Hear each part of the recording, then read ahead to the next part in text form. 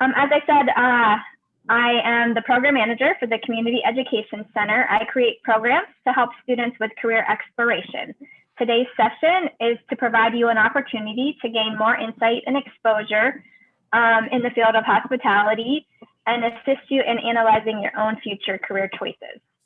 So today we're going to focus on hospitality and some entrepreneurship, and our guests are Brad Caledonia from the Keystone Corner Lunch and Adam Azzato from Anytime Lunchtime. So I want to thank you both for joining us today. I'll be asking you some questions about your career path, and then we'll open it up to the students for any questions that they may have.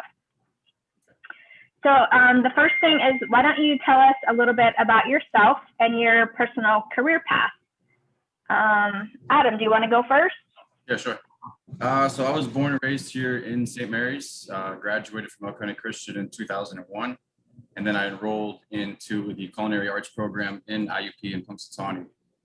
From there, they send you on an internship, which was a fantastic opportunity. I went down to the Boca Raton Resort Club in Florida, and that was probably the nicest restaurant or hotel that I've ever worked in. High pristine customers, guests, everything all inclusive. I got to cook for a lot of celebrities down that property. A lot of like Congress officials, Senate officials, actually President Bush I got to cook for as well.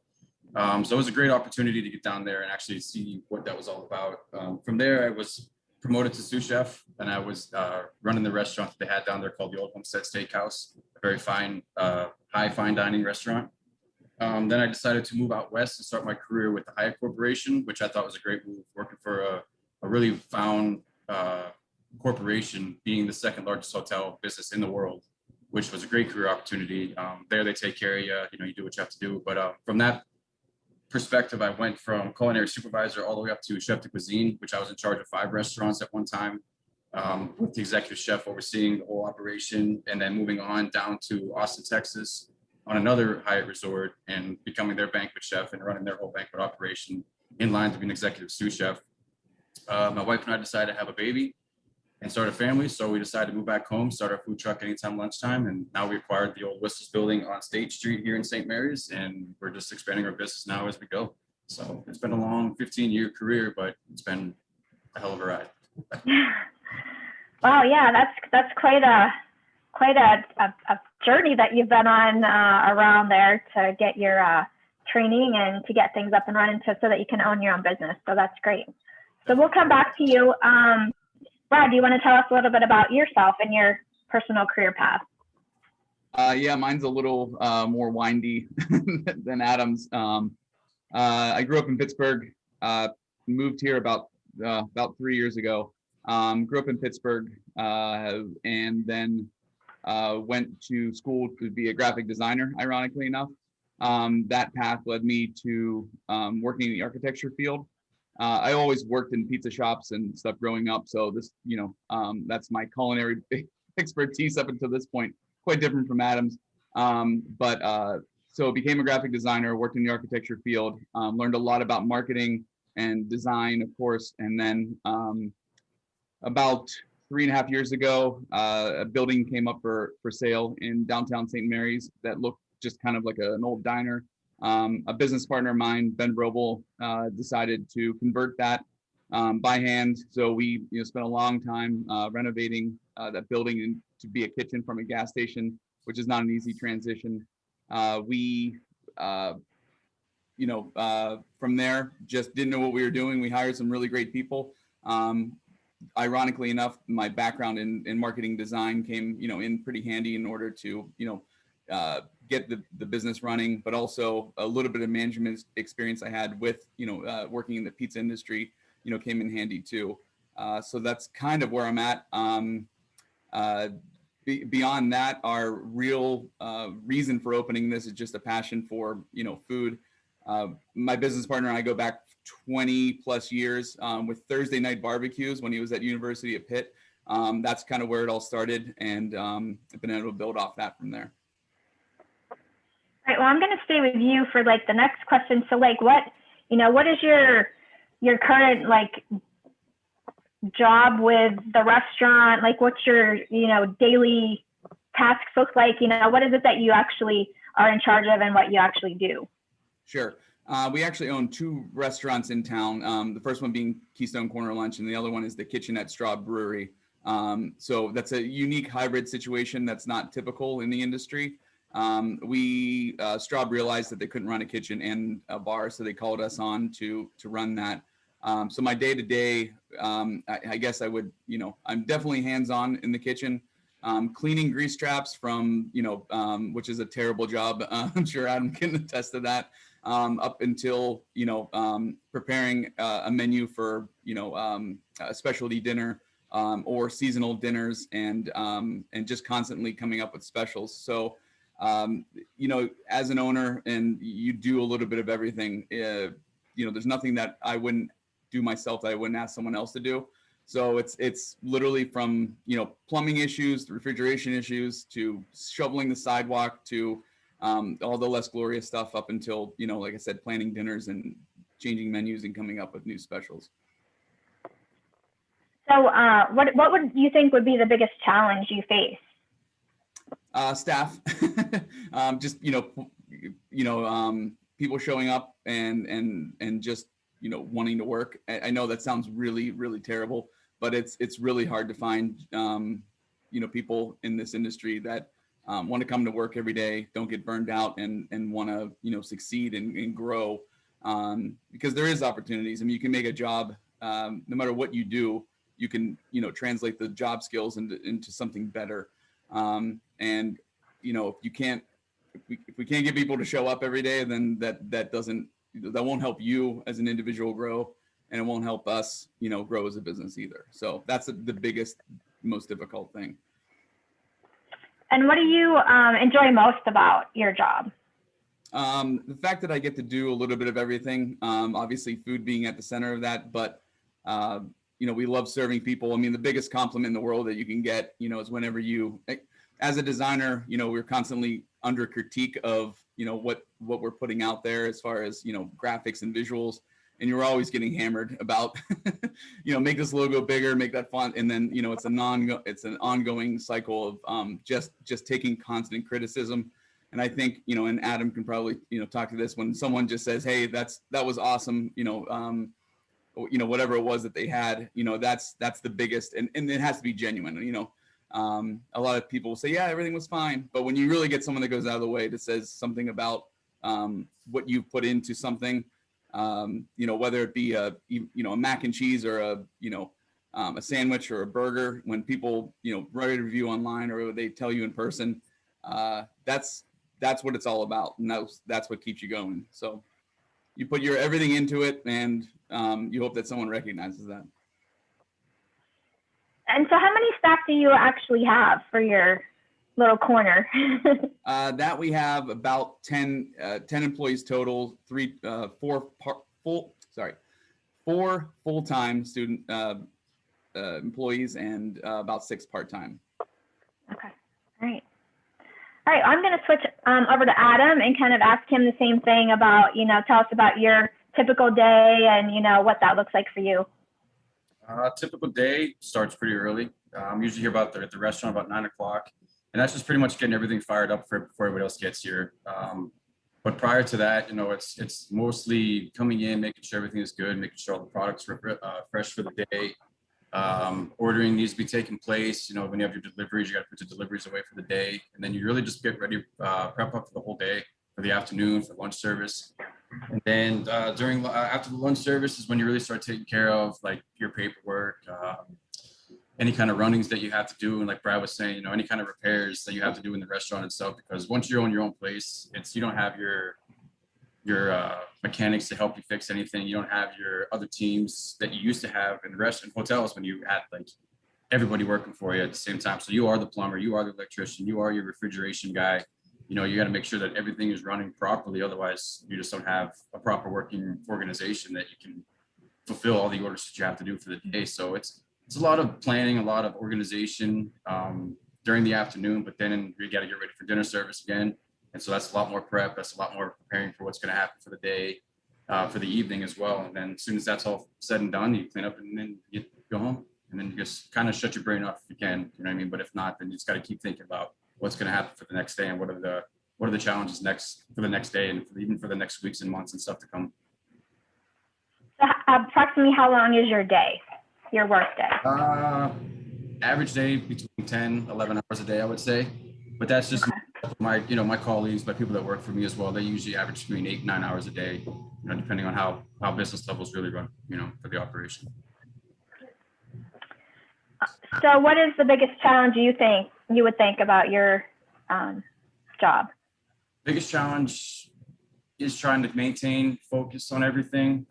There's just so much going on. You know what I mean? Like I said, the organization, I've always had a hard time organizing myself. My wife is fantastic at it. So she has everything on grids, has everything on schedules and whatnot. Me, I'm just go, go, go, go. But again, it's the staffing. It's to make sure that everything that goes out of this kitchen is perfect. That's really one of the big challenges, because as a chef, as a business owner, you care so much about every piece of food that goes out of this kitchen. And you might have somebody that just, it's okay. You know what I mean? It's good enough to serve, but at the same time, you just strive for that perfection, and you just got to really drill it into the people that you work for. And you got to build this group, this family that you have, and really make them realize that it's not my business, it's our business. So you have to really build a team effort to make sure that everybody understands it's a reflection of yourself. You know what I mean? Not just myself, but as the guy that's cooking the burgers for me. You know what I mean? If you burn a burger and you sell it, that just shows that you don't care about this industry. So like I said, it's the hardest part is making sure to strive that perfection that comes out of this kitchen. That's really hard to do if you don't have that passion. And some people that work in restaurants just don't have the same passion as yourself. So like, again, going back to the staffing issue, is you got to find those people that really have the passion and the love and the desire to just cook really good food, even if it is just a sandwich and a burger. You know what I mean? It's the seasoning of just a simple burger. You know what I mean? It could be overpowering, it could be under seasoned, it could be undercooked, overcooked. You know what I mean? It's just the simplicity of just the burger itself. But when you get into more of gourmet cooking, you know what I mean? Like, that's where you really find your passion, and you really love what you do, and people just love what you do for them. So that's the best part. Yeah, that's really great. Now, I know that it was just you and your wife in the food truck. Since you've opened your new location, how many have you added additional staff, I take it? Yeah, we've had 3 people so far added, and now we're actually looking for 3 to 4 more people to help us expand for the summertime. So we're actually putting out applications as well. So we're hoping to have at least 9 to 10 people working for us. Wow, that's quite an expansion for you. That's great. So what do you enjoy most about your job? Cooking for the people. I enjoy it so much. I don't feel going to work is going to work. I just feel like I'm going to hang out with people. And you're just, when you enjoy what you do, it just makes it more fun. You know what I mean? So like I said, it's not like you're going to work and it's like, oh, here we go again. It's back to the 10-hour days. Those 10 hours fly by so much because I enjoy what I do so much. And the fact that people come to us to eat our food because they love our food, and it actually fulfills their day. Because we've noticed when, like, if we run out of something, somebody calls for it, they're like heartbroken at the fact that they can't have that sandwich for that day, which, makes you feel really good about what you do. But in all, the reason why I do what I do is for the customer. I just love cooking for people. I love, sharing their memories with them. It's celebrating a birthday with them, or, an anniversary, or even cooking for a wedding. It's just to be involved with the customer itself and the public people itself too. That's what I truly love about it, and just watching them eat my food and really enjoying it. And it's just rewarding in its own. Yeah, you definitely in hospitality have to have that customer service mentality and really want to communicate with the customers and really kind of get on their level. So that's great. Oh yeah. So tell me a little bit about like your training. Like I know that you moved around. Would you say like most of what got you to today was like learning from others that you've worked with, or, if you can just talk a little bit about culinary school and training. Culinary school, it was a great opportunity to get your foot in the door in the industry. And I know a lot of people are going to disagree with me when I say this. I feel culinary school isn't really necessary to get involved in the cooking business. It's more, I experienced more learning hands-on. And during my travels in the hotels and the restaurants that I've worked in, and mind you, I probably worked in at least 30 different restaurants, I would say, and throughout all the hotels that I've worked at. And I would say at least 45 to 50% of the kids that worked there didn't even have any kind of culinary education. And it was just more like they just got into it and they liked it. Some people started off as a dishwasher, prep cooks, and all that kind of stuff, but they worked their way up because, again, it comes down to the passion that you have as a cook. Yes, does a culinary school work for you? I'd say yes. But like I said, with my 15 years experience, I learned so much more working with chefs that have 30, 40 years plus experience, in the kitchens. It's the guys that you worked with side by side that can teach you all the new techniques and whatnot. And the best thing like that, like with the learning experience as well, is when at the chances I had to travel, it was just even from the West Coast to down south Texas, from South Florida as well. All the different cuisines that you get to learn is a great opportunity as well. So you're cooking out west, like California, food, different stuff than you would cook in the South and Texas. Texas is all about barbecue and smoking meats and all that kind of stuff. So the cool thing about, jumping around in this career is you get to learn all that kind of crazy stuff. That's the cool thing about this career too, is that there's not one place on this earth that people don't eat, so you can travel anywhere you want to and experience any kind of lifestyle that you want. I was very fortunate to make the decisions that I made. I lived in ski towns for 8 years of my life. And if you're a snowboarder or skier, you get to go to work and have fun with the people that you work with. And also on your days off, you enjoy what people do on vacations, so it's all in all just a fantastic career. And I don't regret one bit of it. Now, did you have the chance to travel overseas at all? The chances were there, but it gets more difficult if you don't know how to speak the language. But if you're really willing to learn how to speak the language, then yeah, I would definitely have done it. But it's just my career path itself kept me here in the United States. But like I said, there were opportunities, to jump over to Italy if I really wanted to, as I had family living over there. But it was just, not speaking the language and really taking that leap of faith, I guess you could say, to go out of the norm. You know what I mean? To put yourself out of that comfort zone. But it's definitely there though if you really want to pursue something like that. All right. So now I'm going to move over to Brad. So I know that you, didn't take the culinary path in the beginning, and you've kind of, I think, had more of a business kind of lead to this kind of business. So, like, what kind of advice do you have, for students as far as like following their path? And, it might get you to a point that you didn't really realize. I'm sure you didn't realize that you'd be, part owners of a restaurant business Right. back in the day. So, what do you have to help students out, to guide them in their dreams and passions? Yeah, I think one of the things that I was fortunate enough to be able to is that I went to school, a different path, but I've always wanted to be in the kitchen. I personally felt, and this is a mistake on my part, that, if I didn't go to college, I wasn't like an actual college, that I wasn't succeeding. So I took that path, even though I know in the back of my, head, I've always wanted to be in a kitchen. I just felt like, like trades, like any trade, people, oh, that's just, a trade. You don't have an education. It's not, valuable. And I found that to be, I believed it, but then I realized how untrue that was. The benefit that I did have is whatever I did, you want to do it with passion. You want to do it with as much as you have, and opportunities will present themselves if that's what you want to do. I did have the fortunate ability to live in the Middle East, in Dubai for a while. I lived in India for a while. And so the traveling part of that and really getting to know, foods from different regions, like Adam, it changes everywhere. There's no such thing as American food, and I got to learn that in India, through my job, ironically enough, that there's just such regional cuisines. Indian food is not Indian food everywhere you go. It's, hyper specific to what village you're even in. So I had that ability, or I had that opportunity, which, gave me more of a world perspective on cuisine and food.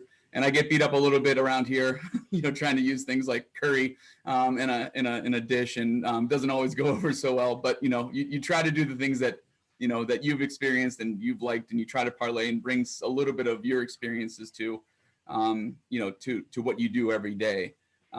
So again, just the experiences. I don't think there's anything, any experience you can't translate to running your own business.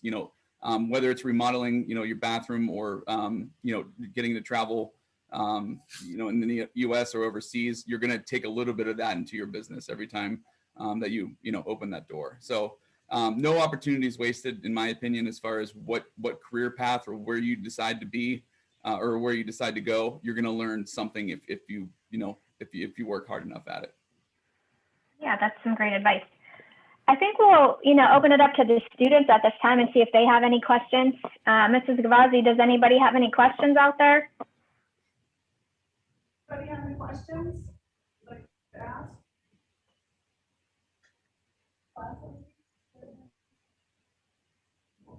Anybody questions at all for either of them? Nobody? How about online, like ECC, or we have a Kendria? Do either of you guys have any questions? No, every question I've had has been answered, so thank you. Okay, all right. All right. So let's see here. You have a question? No. No. Okay. So what kind of, thinking back to these kids are in high school, what are some suggestions that they could start doing now that you would suggest if they have an interest in the restaurant industry or hospitality in any way, culinary, anything like that? Is that for me? Sure. You want to go first? Just really get into a restaurant. It's just really, if you're thinking about doing it, just dive into it. It's not going to hurt you. It's like Brad was saying, anything you do in life, it's going to really teach you something, you know what I mean? But it's a good way to get an understanding if it's something for you, even just in the local restaurant around here, or if you just want to travel somewhere and just, go for it, and I just say, if you have the motivation to do it, and like I said, just jump in the restaurant and just start getting into it. That's pretty much all I really could say for advice. Especially too, if you're deciding if you want to go to culinary school and if you're up in the air about it, like I said, get into the restaurant, understand what it really pertains to, because you do a lot of sacrificing. You will work long hours. It will be tough. It is stressful. It's dirty. It's messy. You sweat, you cut yourself, you burn yourself. You know what I mean? You're sacrificing your weekend nights, holidays sometimes, depending on where you work at. So there is a lot of sacrifice, but if it's something that you really are thinking about doing, like I said, go apply somewhere and just start doing it. That's all you really can do. Yeah, I think the just to dovetail on what Adam said, my biggest shock was, when you cook at home versus a commercial kitchen, they're two totally different worlds.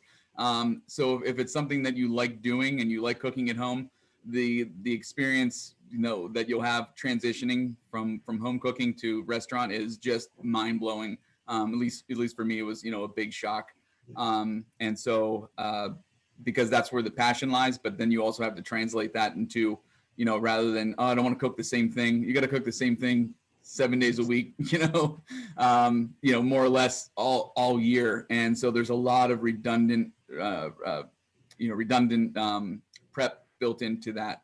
You don't get to just change up every day what you're going to make, spaghetti and meatballs one day or, fried fish the next. You got to really, really like and hone on those skills too. One of the experience, if I was to cut an onion 4 years ago, dice an onion, I would be ashamed, at how I can dice an onion today. And those are just things you can work on at home. But the repetition and the speed you have to do it at a restaurant is just almost mind-boggling. So. Yeah, those are all great advices to just get out there and do it and see what it's like out there. And now after hearing you say that about cooking the same thing every day, I hadn't really thought about that, and now I understand why. You both do a great job of kind of changing up your menus, and that's great. That's great as a customer because we get to try new things. But I can see that then it's kind of good for you guys because it kind of switches up what you guys are cooking on a regular basis. So that makes sense. Yeah? I have a question. Do either of you, which I'm sure you do, hire high school students? And if so, what are some of the duties that a high school student would do at your restaurant? Right now, we are not hiring anybody part-time at all because we are such a new business that we don't know where it's going to go, and we just got to make sure we put our pieces together. But in the future, for sure, it's something we're going to look into.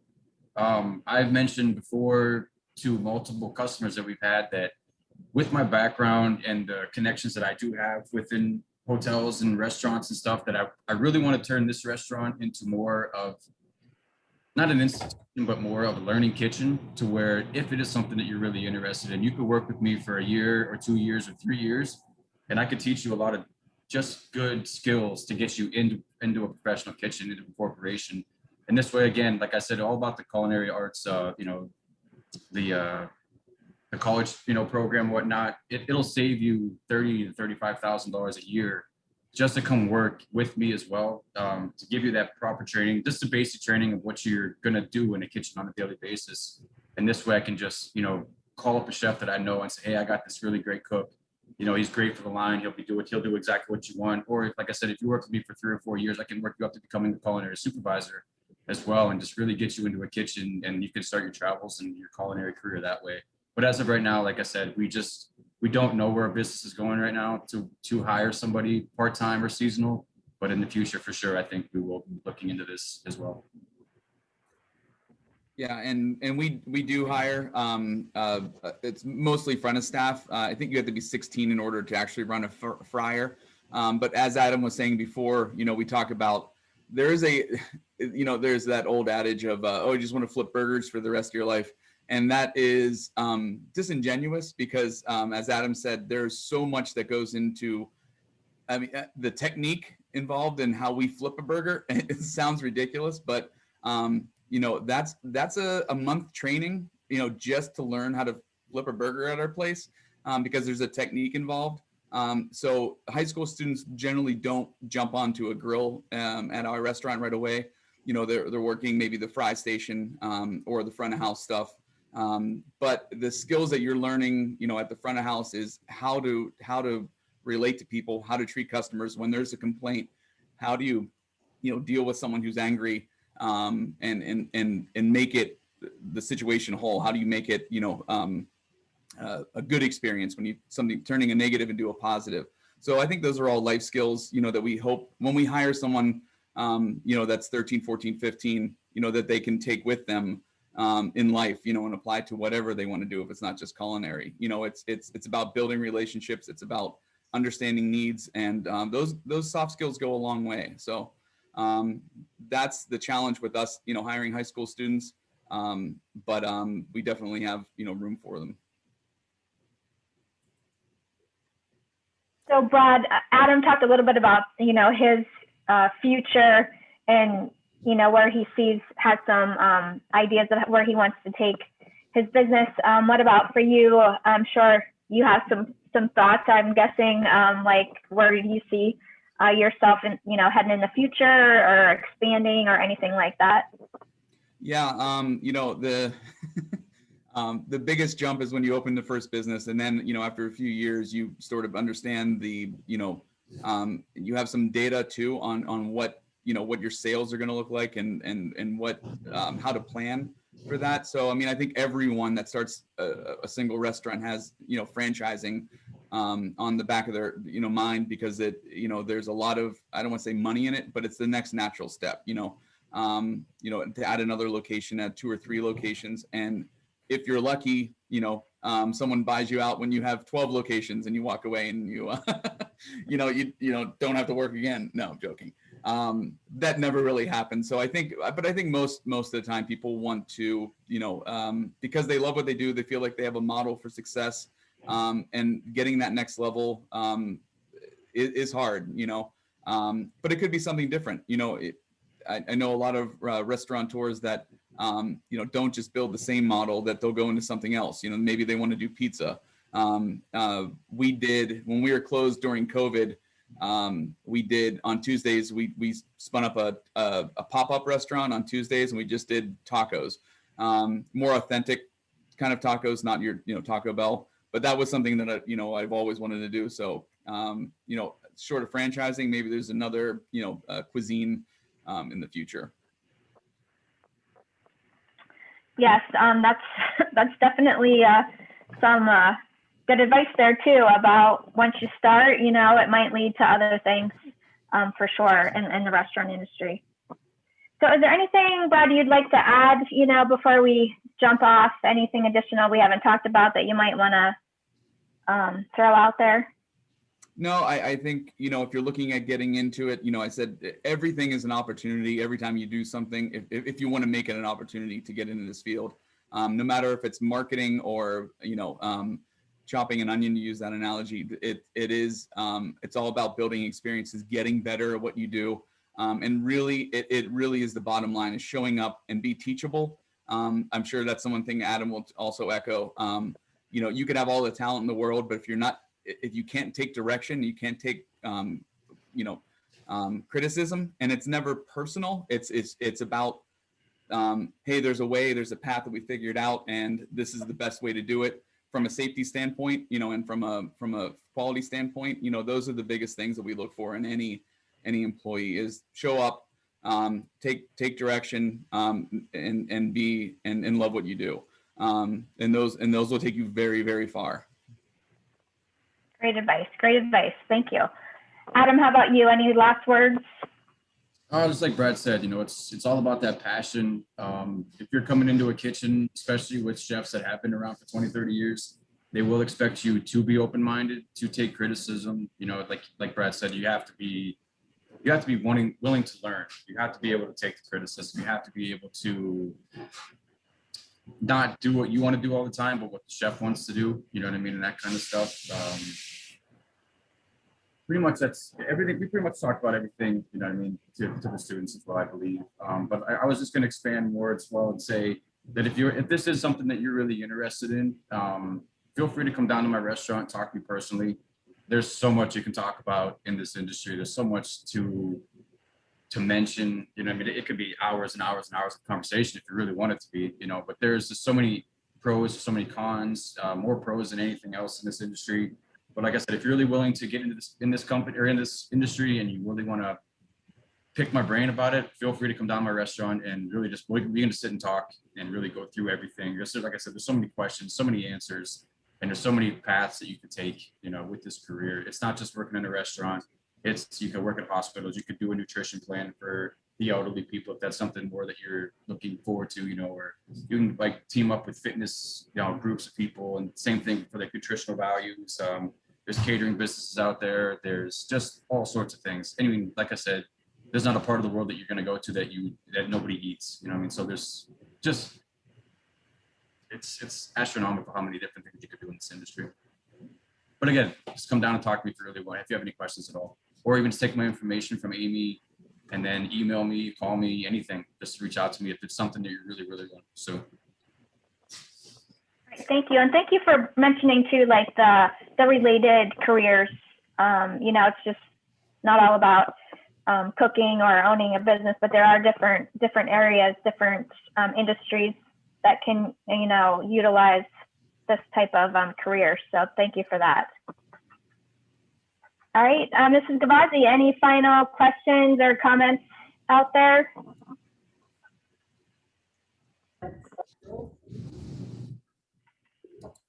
No? All right, well, I just want to thank you both for joining us today. Great advice, great information in this career area for the students. And I just want to thank you both for opening up your restaurant in our area. I know that I enjoy your food, and I know a lot of other people that do. So thank you very much.